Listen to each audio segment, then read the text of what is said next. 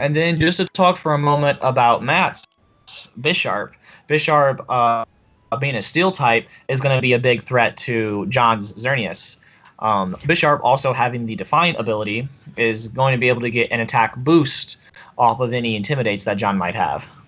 Yeah, which makes it really dangerous to like lead with a Salamence, for instance. So like you said, Matt's running a pretty standard team with Groudon, Xerneas, Talonflame, Kangaskhan, Smeargle, but the Bisharp is a little bit of a rogue pick this season. It was really popular in both 2014 and 2015 to counter all the Intimidate Pokemon running around. Not so much in this slightly more high-powered format that we've been playing this year. So it's fun to see him back.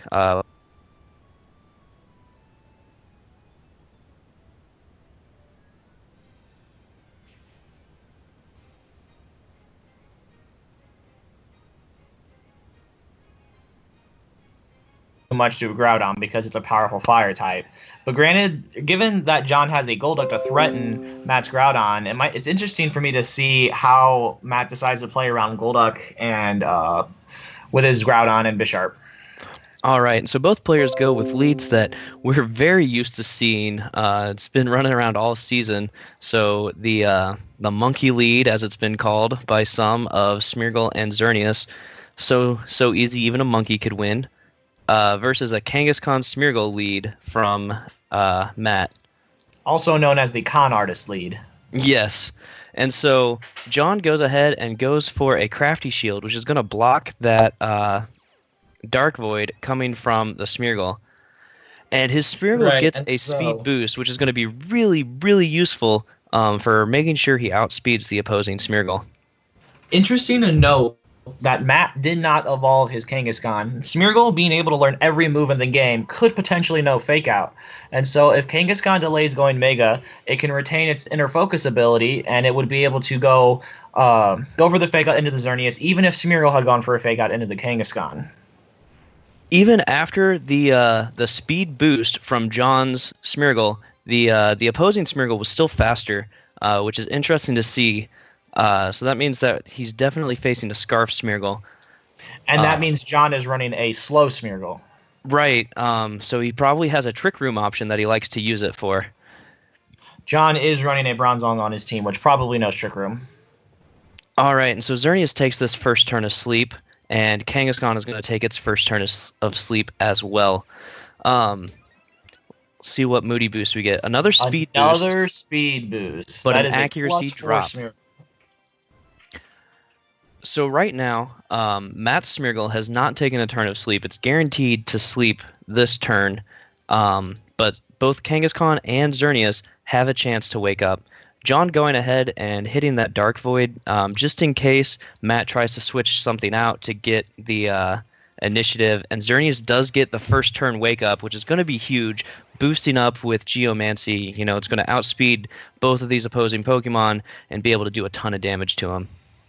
Right, and if Kangaskhan and Smeargle were to stay asleep, Xerneas would still be rather safe, because a Dazzling Gleam would not be enough to knock out the Kangaskhan. Kangaskhan actually just goes ahead and wakes up and gets off a Double Edge, which is going to do a lot of damage to the Xerneas, but not quite enough to knock it out.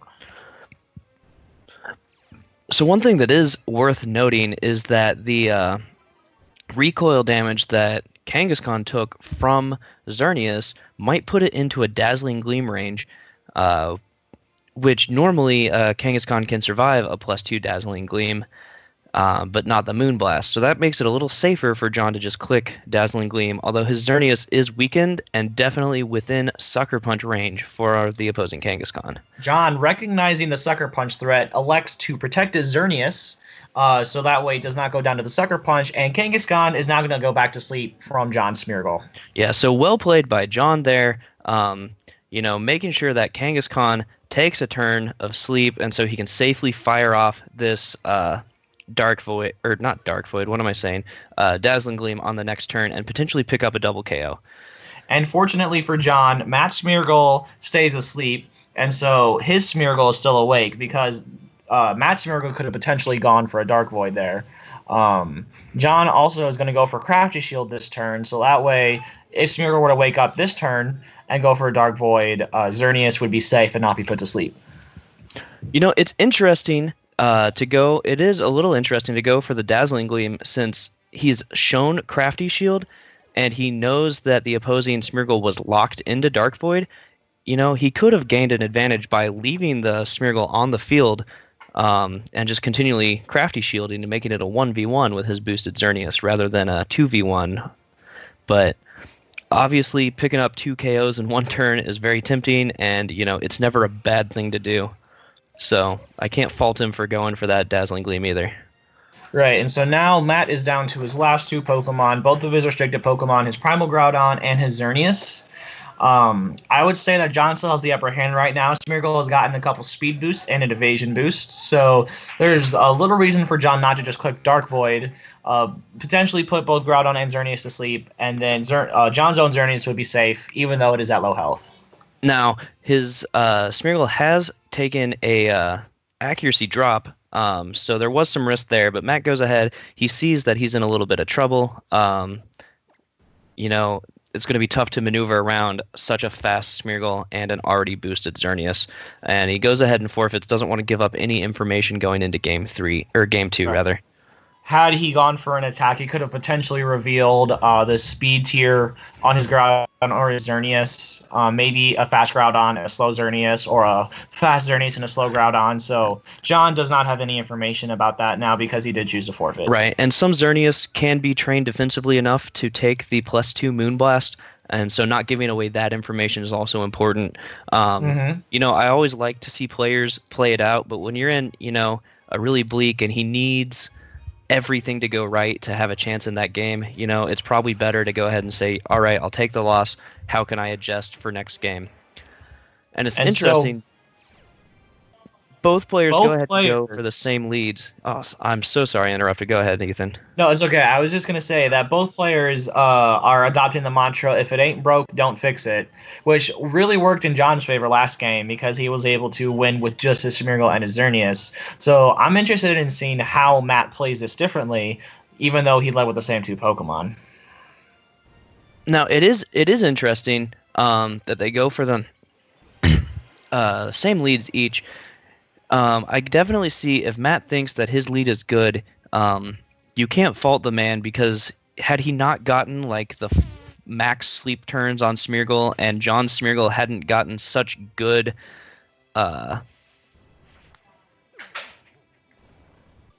Moody boost, we'd be in an entirely different situation in that last game. It is interesting to see Spore coming out from that Smeargle, though. Because it is a Scarf Smeargle, it can only lock itself into 1 move. And so Matt must have thought that Xerneas would have gone for a Protect or flinch because of Kangaskhan's Fake Out. So going for a Spore into John's Smeargle is a pretty safe play because he doesn't have to worry about the 80 accuracy Dark Void missing. And now, right now, he just goes for a Spore into Xerneas, and so the end result is the same. Both of John's Pokemon are asleep, just no worry about missing a Dark Void. Exactly. Now that Smeargle did get an evasion boost, it's not going to save him from that double edge. And so now the tables are totally turned. John's got a sleeping Xerneas against an awake Kangaskhan and Smeargle. And now Groudon, we know, is going to be slower than Smeargle because we know that Smeargle has a Choice Scarf, and we know Groudon has the Red Orb item, so Groudon will not be able to prevent itself from getting put to sleep by Spore from the Smeargle. Yeah, absolutely. Like, the easy play for John to make here is to try and protect Groudon and hope he gets the 1-turn Wake-Up on Xerneas and boost so he can KO that Smeargle on the next turn before it puts his Groudon to sleep. But that's such an obvious play that Matt could really abuse the play that he's trying to make there if he goes for it. He doesn't. He decides he'd rather let Groudon take the sleep turns than protect it and risk getting really blown up by a good read on Matt's side. And Xerneas, unfortunately for John, stays asleep and is going to have to eat up that double edge from that Kangaskhan, which brings it down to less than 25%. Kangaskhan's recoil damage brings it down to less than 50%, but John's Pokemon are still asleep and haven't been able to do any damage. One thing that we do learn there is that John's unboosted Xerneas is faster than Matt's Kangaskhan, which does indicate that Kangaskhan's probably pretty bulky, has a lot of defensive training, and may not go down to an unboosted Moonblast from this range.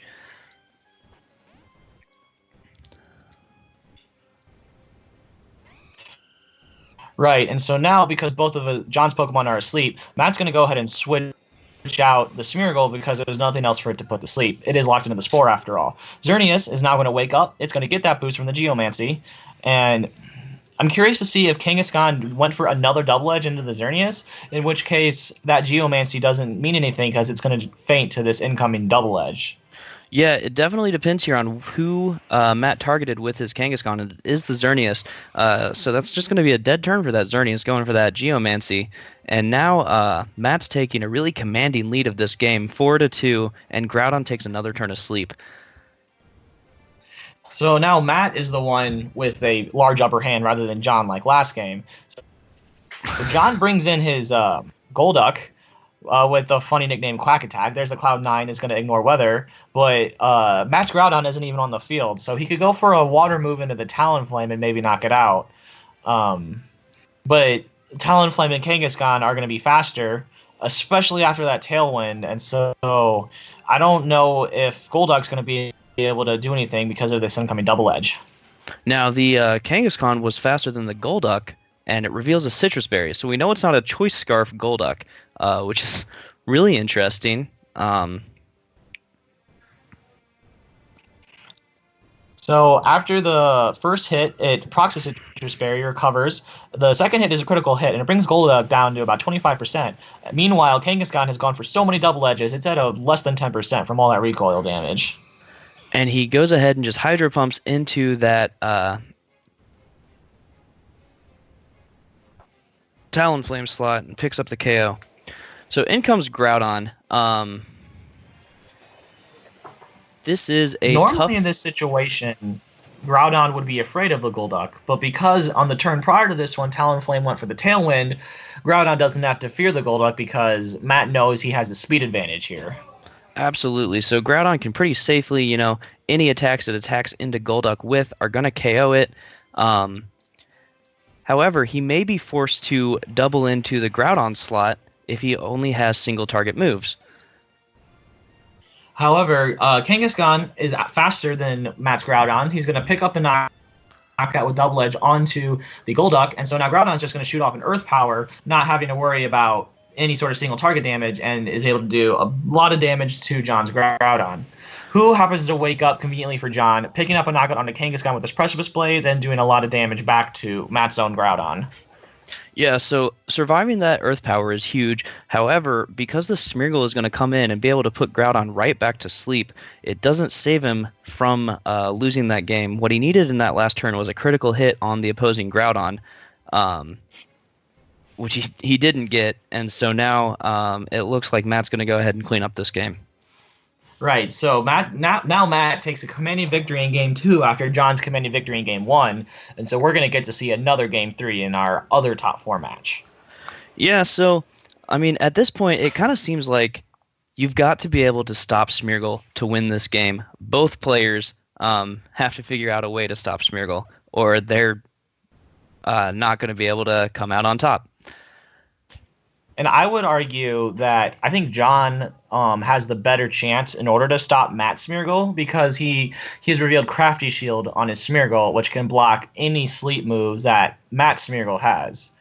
We've only seen Dark Void and Spore on Matt Smeargle, so it could have Crafty Shield, but we're not really sure about that. So it might be harder for Matt to stop John Smeargle than John to stop Matt Smeargle.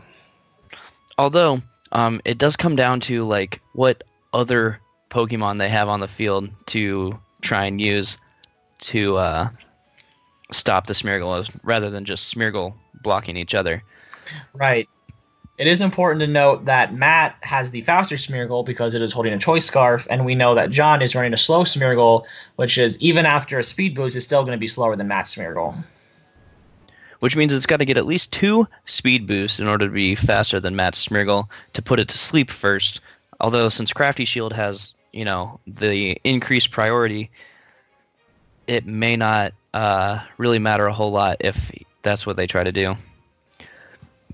So one last time in this set, John electing to go with the same leads he's used, as well as Matt picking the same leads. They've decided they're just going to, go back to if it ain't broke, don't fix it. So at this point in the series, same lead. We haven't seen a whole lot of what either of these Pokemon or either of these Smeargles have as far as their extra moves. But what do you do differently? What works and what doesn't work in this situation? Well, John needs to go for a Crafty Shield in order to not be put to sleep by Matt Smeargle. And so that leaves Xerneas open, however. So Kangaskhan can go for a Fake Out or a Double Edge into Xerneas, meaning Xerneas has to go for Protect if it doesn't want to take damage this turn.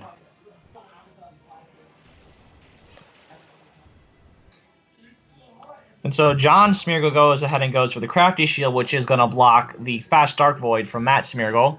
And so Xerneas is faster than Kangaskhan before it goes Mega because it gets a speed boost by going Mega.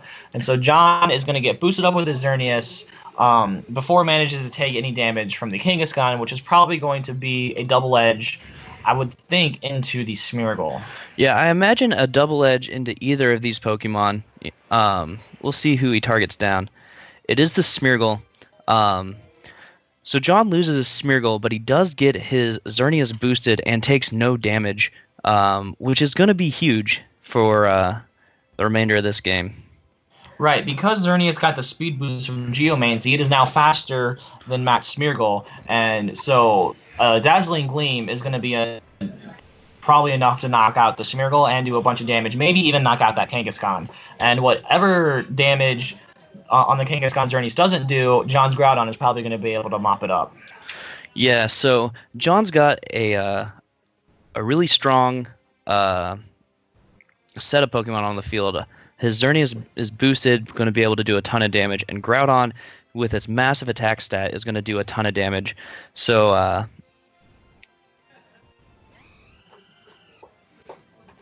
Matt recognizes that Smeargle is threatened by the Xerneas, so he goes ahead and pulls it out and instead brings in Talonflame. Being a fire type, resists this Dazzling Gleam and is going to be able to take the hit and live with about a third of its HP remaining. And also, being a flying type, is immune to Precipice Blades, and so Talonflame is able to switch in and not go down, which is pretty impressive when you consider the power of Groudon and Xerneas.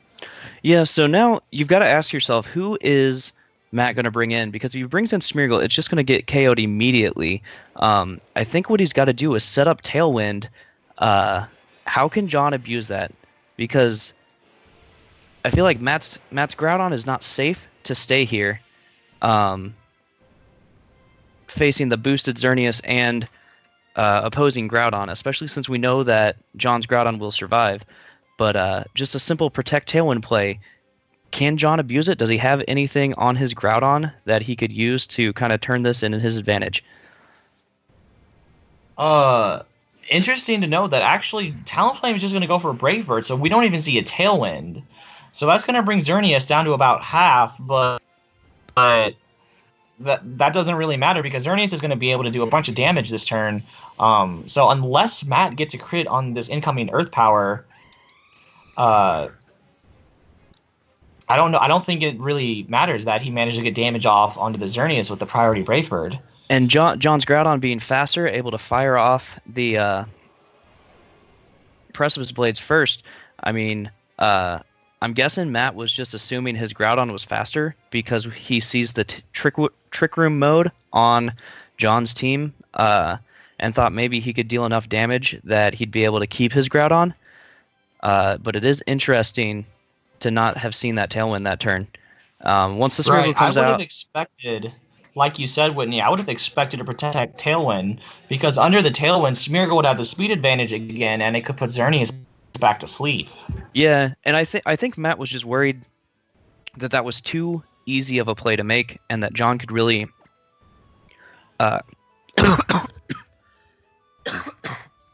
sorry about that, and that John take could really capitalize on that.